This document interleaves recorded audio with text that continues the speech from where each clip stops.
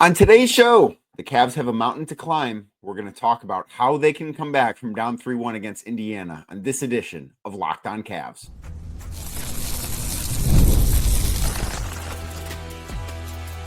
You are Locked On Cavs, your daily Cleveland Cavaliers podcast. Part of the Locked On Podcast Network, your team every day.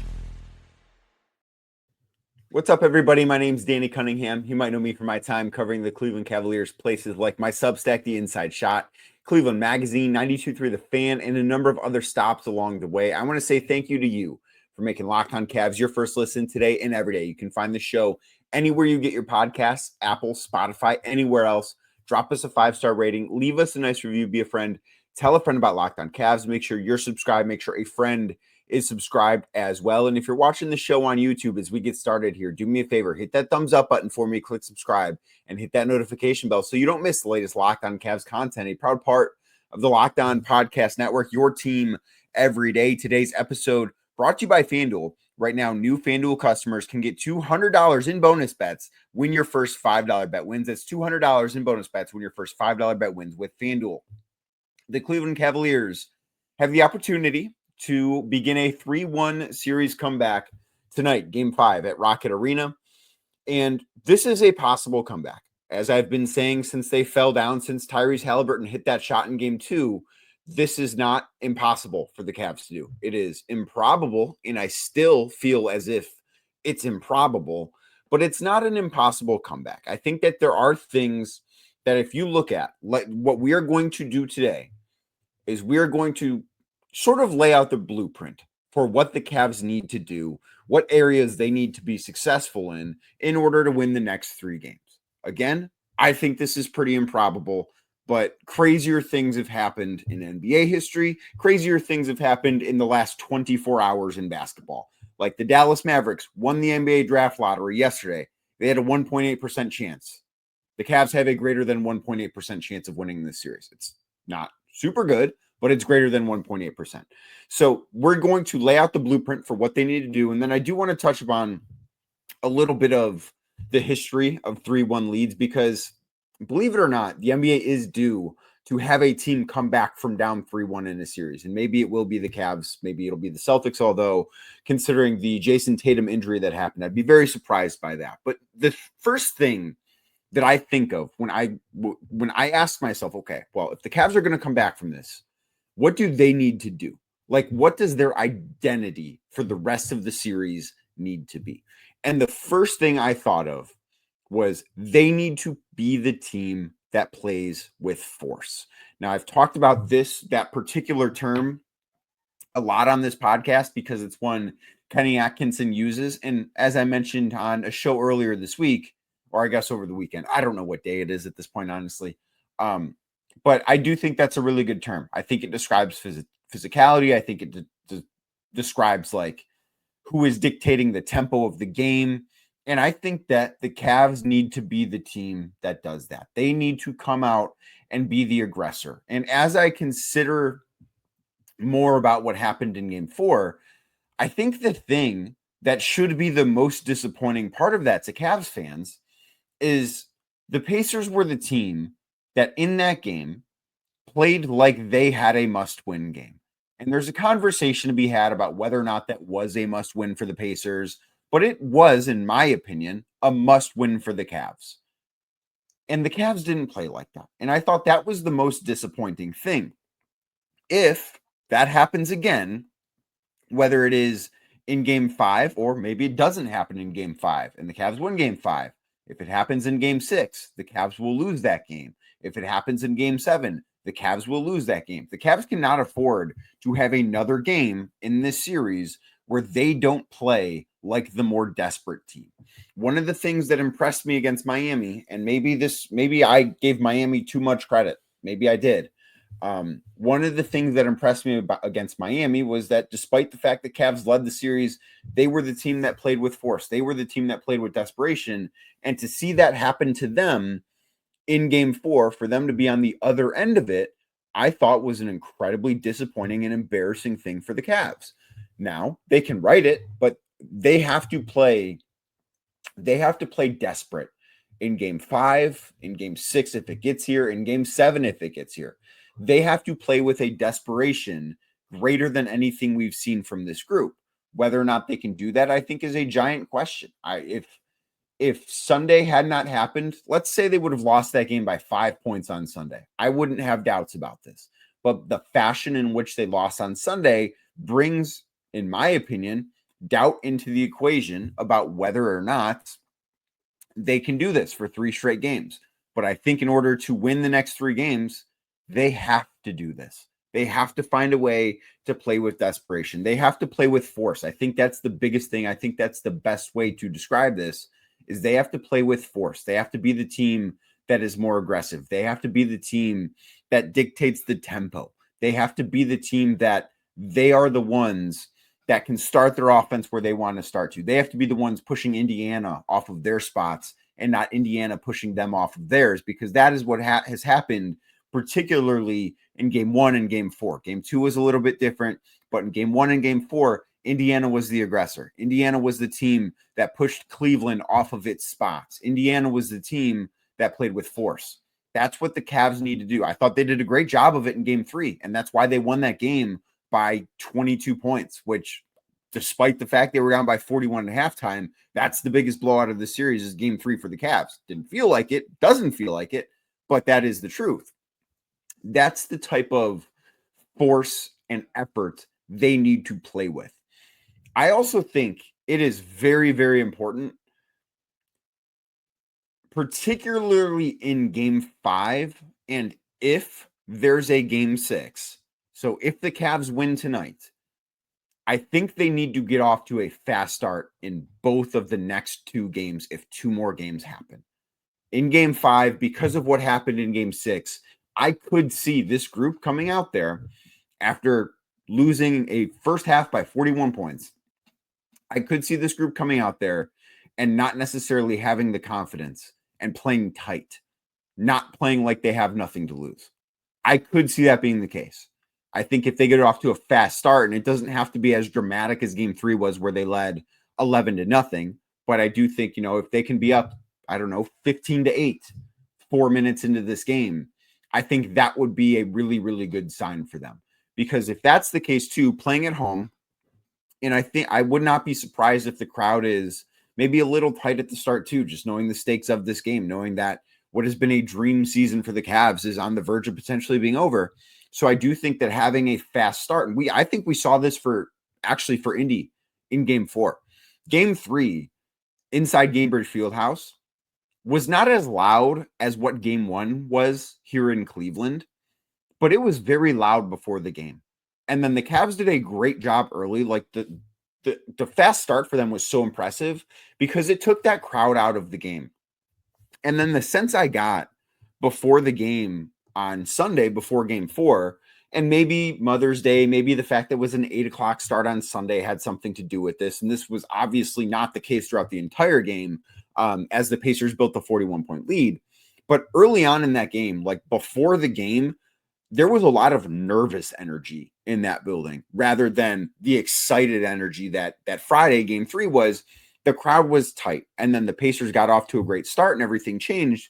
If the Cavs get off to a great start, I kind of expect it to be similar to that. That's why I think that is something that's very important for the Cavs, because I think they need to build a little bit of belief up in themselves. And I think they probably need to build a little bit of belief up for the fans too, because I do think that the environment's going to matter. And listen, we saw last year, and no 2 things are the same. No 2 series in the NBA are the same. But last year, the Pacers were in this exact same spot. They were up 3-1 in the conference finals. They went to Milwaukee. Giannis did not play. He did not play in that entire series. Damian Lillard did not play. He had Achilles soreness. And the Bucks were a shell of themselves. And they beat the Pacers at home, because that's kind of the game plan that they used. Like this, it would not surprise me, even if, and Donovan Mitchell's list is questionable. We haven't talked about him. We're going to talk about him next segment. But even if he doesn't play, and that's not what I would expect, the Cavs can still win this game. But I think that a fast start and getting off on the right foot and not having to play catch up and not having to sort of, I think, overthink things, which I do think we saw early on, and things snowballed really poorly for the Cavs because of that in game 4. But if they can play from in front, if they can play free, if they can do those things, I think all of that falls in line with getting off to a good start. Again, it does not need to be 11-0. They don't need to go off on a 15-0 run to begin the game. They don't need to dominate from the opening tip. I think they need to play with force from the opening tip. They need to be aggressive from the opening tip. They need to also play within themselves from the opening tip. But I think making a few shots early too would be a really, really big boost to the psyche of this team coming off of what game 4 was and knowing what could potentially be ahead of them. So those are not the only things that I think need to go right for the Cavs to come back from down 3-1. I'll tell you what else I think is very important for this team next right here on Locked On Cavs. Today's show brought to you by Hungry Root. Everyone might always be asking, what's going on? How do you find time to cook? How do you find time to grocery shop? And what you might be able to do is let them in on a little secret, because in this busy season, you might not actually have the time to do those things. But if you use Hungry Root, you can pull it off, because Hungry Root's like having your own personal shopper and nutritionist wrapped into one. They'll take care of grocery shopping and meal planning, offering personalized recommendations based on your tastes and those health goals. Hungry Root will tailor your orders based on what you like, or maybe what you didn't love in the past too. They will learn from those experiences. It gets smarter every single time. Plus, the high quality nutritious food can help you stick to your gut friendly, high protein diet, or maybe some other sort of diet you're on, without spending hours and hours having to plan your meals out. Plus, the meals come together in 15 minutes or less, giving you more time for workouts, hanging out with your family. I don't know what your hobbies are. I know you have hobbies. I don't know what they are, but you'll have more time for those too. So take advantage of this exclusive deal, because right now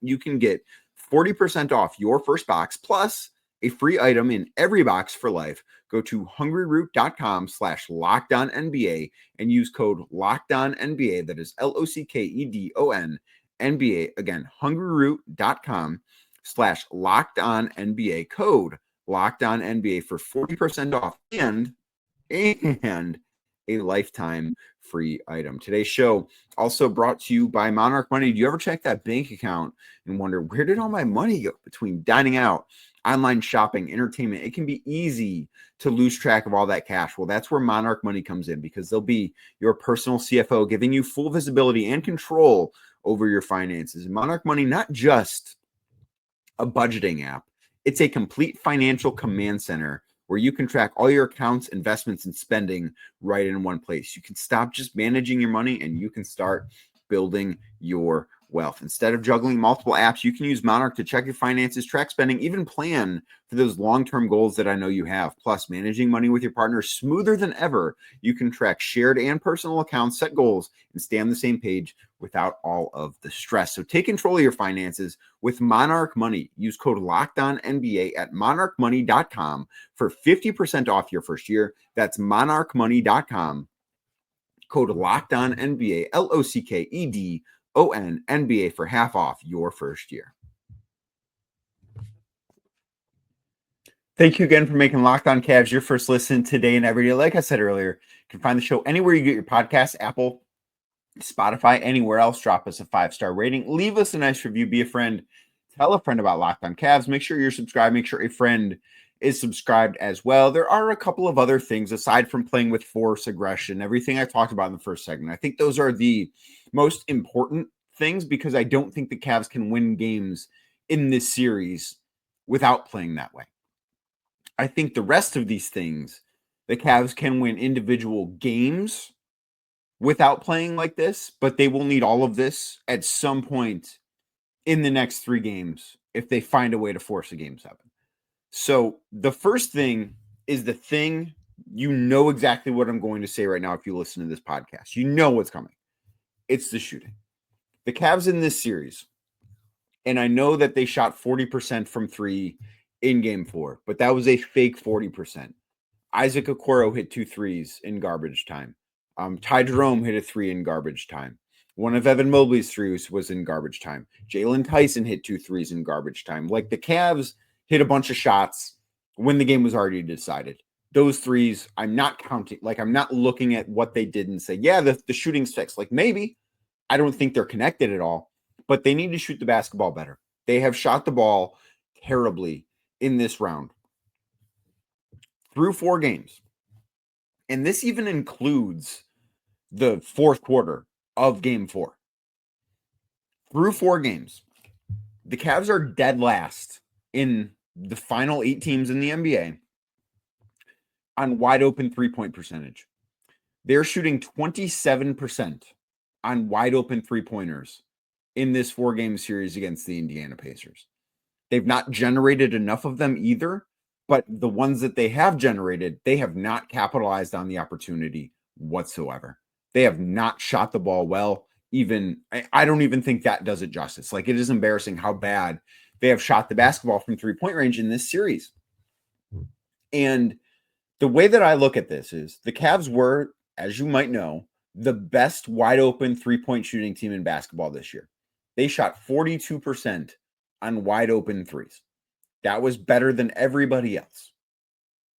The Orlando Magic were the worst shooting team in basketball in a lot of different categories, but wide open 3-pointers was one of them. They shot wide open threes at 35%, during the regular season. The Cavs are shooting them at 27%.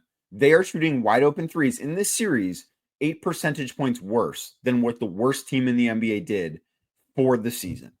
At some point, that will correct itself. Like, I refuse to believe that this team just forgot how to shoot the basketball. It's embarrassing what they've done offensively, but I refuse to believe that they just can't shoot anymore, that they're just not a good shooting team all of a sudden after an 86 game sample size, 82 regular season games, and then the first round against Miami because they shot the ball lights out in that series.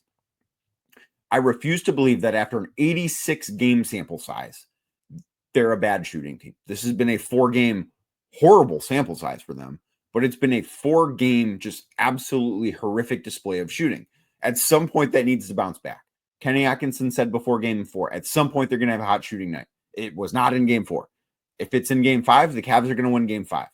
I think they can win game 5 without doing that.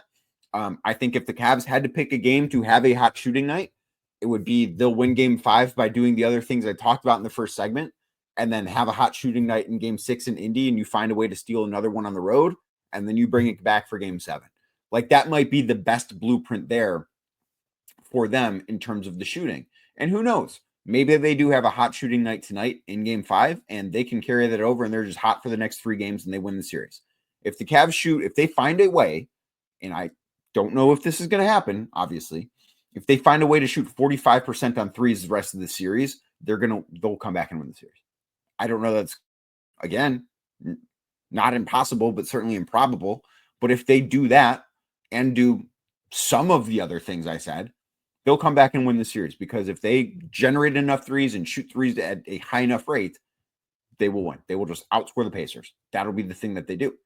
So that is certainly maybe that should have been the number one thing, but I think that the things I talked about in the first segment are all more controllable, and this is kind of luck. The Cavs are getting bad shooting variance at the worst possible time, and it might cost them their season, but you can't only look at that. You have to look at the other things that the Pacers have done better than them so far in this series, and those, I think, are the things that are more important to correct. One of the other things that I look at, too, Darius Garland and Evan Mobley. Evan did not have a very good game 4. Nobody on the Cavs had a very good game 4. Darius had a really nice third quarter. Can that carry over into game number 5? Maybe it can. I don't know. I don't think the Pacers were trying very hard in the second half. I think they very much took their foot off the gas, and I think that any team up by 41 in that spot probably would have taken their foot off the gas too. So I'm not faulting the Pacers for that. That's kind of what happens in these situations. But I do wonder if Darius Garland found something, if he found his rhythm, if he found a way to get more comfortable in a way that can make game 5 a little bit easier for him. Because I do think, and again, they don't need him to be this in all 3 games, but at some point in this series, if they're going to win the next 3, Darius Garland needs to be the all-star version of Darius Garland again. He's not been that in this series. He is absolutely playing through a lot of pain. He is playing through a foot injury. That is no secret whatsoever. He's toughing it out. I think if he were healthy, this series is a very different story than what it is right now. But I think if he were healthy, the Cavs feel better about themselves. But if he can give them more than what he's given them in the 2 games that he's played, if he can be good in game 5, game 6, or game 7, that should be part of a puzzle for the Cavs to win this series.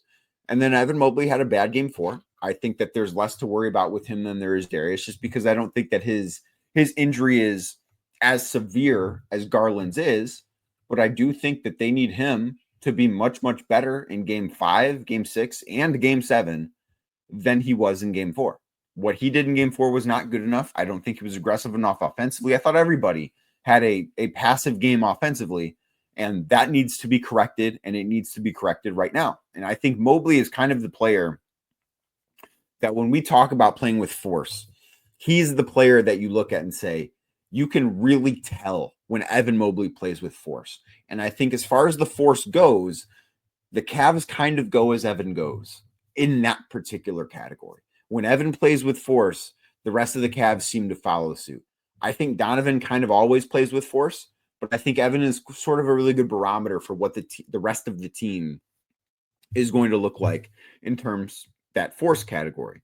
And then the other thing, the final thing that I'll talk about as far as part of the blueprint, Donovan Mitchell's health cannot be further compromised. He did not play in the second half because of an ankle injury. He was not ruled out right away. He was listed as doubtful to come back. I do wonder if that game is closer. Like, say the Cavs are down by 12 in the fourth quarter. Is that something he can play through? I don't know. I don't have the answer to that. The Cavs did not disclose when it was hurt. He is listed as questionable on the injury report for tonight's game. I would imagine that he's going to try and play through this.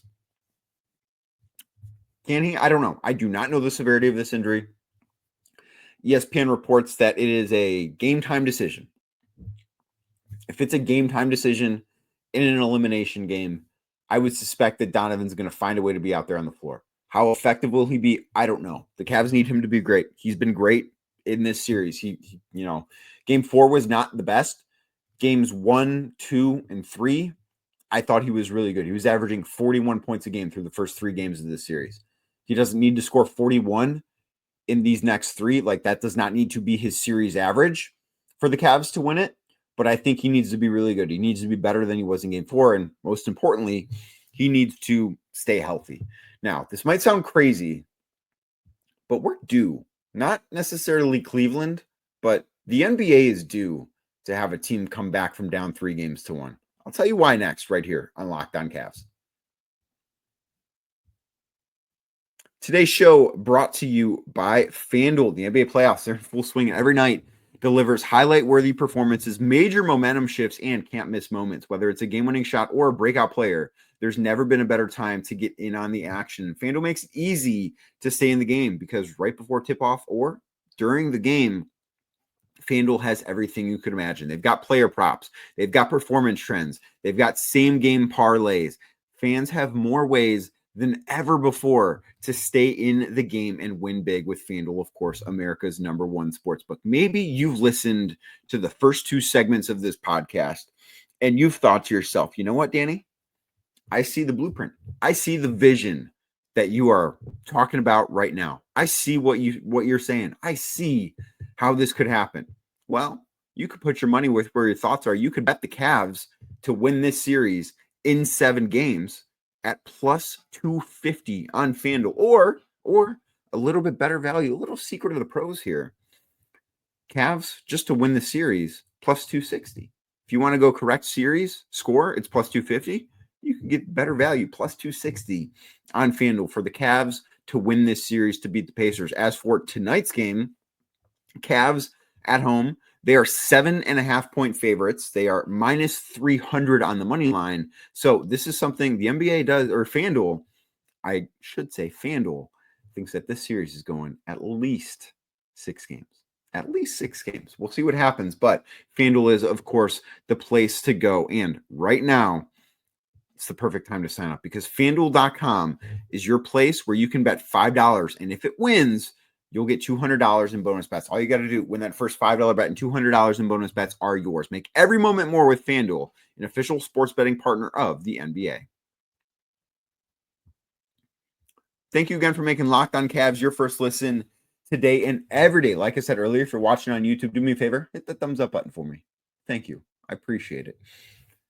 We are due in the NBA for a team to come back from down 3-1. We're due for it. In the history of the league, there have been 13 teams that have trailed a best-of-7 series, 3-1, and come back to win said series. The first time it happened was the 1968 Eastern Division Finals. The Boston Celtics came back from down 3-1 against the Philadelphia 76ers. That was one of 13. So since then, 12 have happened. That means since 1968, on average, there is a team that comes back from down 3-1 every 4+ years. It's like 4.3 is what the math checks out to. The last time we saw a team come back from down 3-1 was back in 2020 when we saw it twice. The Denver Nuggets did it in back-to-back series. They did it in the first round against Donovan Mitchell and the Utah Jazz. They then did it in the conference semifinals against the LA Clippers. What is unique about those two series is they were in the NBA's COVID bubble. So I don't think it makes their comeback less impressive, but there is the caveat in there that in those comebacks, they didn't have to play on the road. They didn't have to play a game in Utah, or at that point, it would have been 2 games in Utah because I believe the Jazz were a higher seed in that series. They did not have to win a game in LA because all of the games were played in Orlando. Now, the counterpoint to that is, well, Utah didn't have to play in Denver and LA didn't have to play in Denver. And I get that. That's certainly a valiant point. But the last time that we've seen a team outside of the bubble come back from trailing 3-1 was the 2016 NBA Finals, the Cavs against the Golden State Warriors. So it has been nearly a decade since we have seen a true 3-1 comeback where a team not only has to win at home, but does have to go on the road to win games. I think we're due for that. I do, and I don't know that the Cavs are going to be able to pull this off. I've said for the last week, this is not impossible, but it is improbable, and that is still true. But I think we are due to see one in the NBA. Maybe it's the Cavs. Maybe it is. I don't know. It might be. It might not be. The Pacers are a really good team. The one thing that the Cavs do have in their benefit is that 2 of the final 3 games, if it does go 7, and if the Cavs do pull this off, are at Rocket Arena. And that's a big boost. Because if you take away the 2 COVID bubble 3-1 comebacks, then you're down to, this has happened 11 times in NBA history. 8 of the 11 teams that have done this had games 5 and 7, or, I believe it used to be 2-3-2 in some senses. They had 2 home games. Of the 3 games they needed to win, 2 of them were at home. Only 3 times has a team had to do this where they've had to go on the road and win 2 games and only got 1 home game and come back from down 3-1. That is one of the things that makes the 2016 title so special, is that the Cavs did game 5 in Golden State and game 7 in Golden State, only had game 6 at home. This is easier for the Cavs than that would have been because game 5 is at home. Obviously, game 6 would be in Indiana, and game 7, if necessary, would be right back at home. So that is certainly a benefit to be had for the Cavs. But those things are important. And I do think that history tells us we're due to have a 3-1 comeback. We almost had one in the first round where the Houston Rockets found a way to make a 3-1 series go 7 games. They couldn't quite get it done. 2023, we almost had one where the Celtics were down 0-3 to the Miami Heat. They forced it to 7 games. They couldn't get it done. But those are the only 2 in the last 10 years that have almost done it. And to me, I think the Cavs are going to win tonight. I do. I think they're going to win at home. I think that going out in 5 games after winning 64 games would be such a black eye for this team. I don't think it happens. I ultimately think game 6 is going to be the deciding game in this series. Now, I could be on tomorrow's show and be wildly wrong. I don't know. We will wait and see. But I think if the Cavs win game 5, everything's going to be on the line in game 6 in Indy. That's where I see things right now. They have to go out and win game 5. We will see if they can do that later on tonight. But thank you for making Locked On Cavs your first listen today and every day. Like I said earlier, you can find the podcast anywhere you get them, Apple, Spotify, anywhere else. Drop us a 5-star rating, leave us a nice review, and be a friend. Tell a friend about Locked On Cavs. Make sure you're subscribed. Make sure a friend is subscribed too. And if you're watching the show on YouTube as we get out of here, do me a favor. Hit that thumbs up button for me. Click subscribe. Hit that notification bell so you don't miss the latest Locked On Cavs content. I'll be back tomorrow talking about Game 5.